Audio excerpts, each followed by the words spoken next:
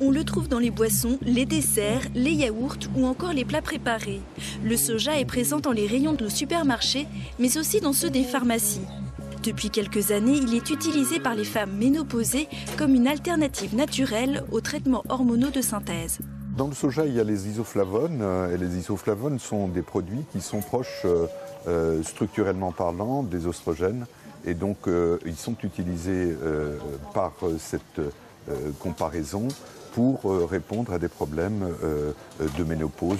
Avec ces traitements quotidiens, fini donc les bouffées de chaleur et l'irritabilité liées à la ménopause.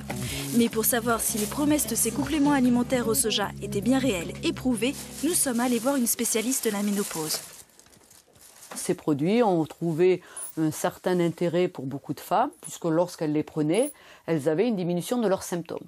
Quand on regarde maintenant leur efficacité réelle, c'est-à-dire lorsqu'on fait des études dites en double aveugle, avec un groupe contrôle, contre un produit inactif, un placebo, et que l'on regarde l'efficacité comparative des deux bras de traitement, celles qui ont eu le placebo et celles qui ont eu le complément alimentaire à base de phytoestrogènes, la différence est quasiment inexistante.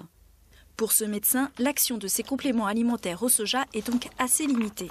Ces produits n'ont aucune efficacité démontrée dans ce qu'on en appelle, du moins dans la correction de ce qu'on en appelle les conséquences tissulaires de la carence hormonale de la ménopause, comme par exemple une ostéoporose ou une augmentation du risque cardiovasculaire après la ménopause. Ces produits n'ont aucun intérêt dans ce domaine-là.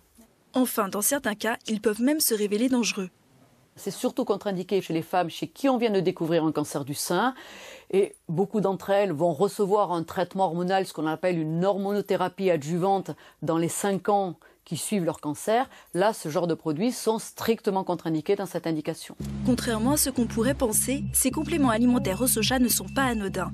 Avant de les prendre en traitement quotidien, mieux vaut donc aller voir son gynécologue pour en parler.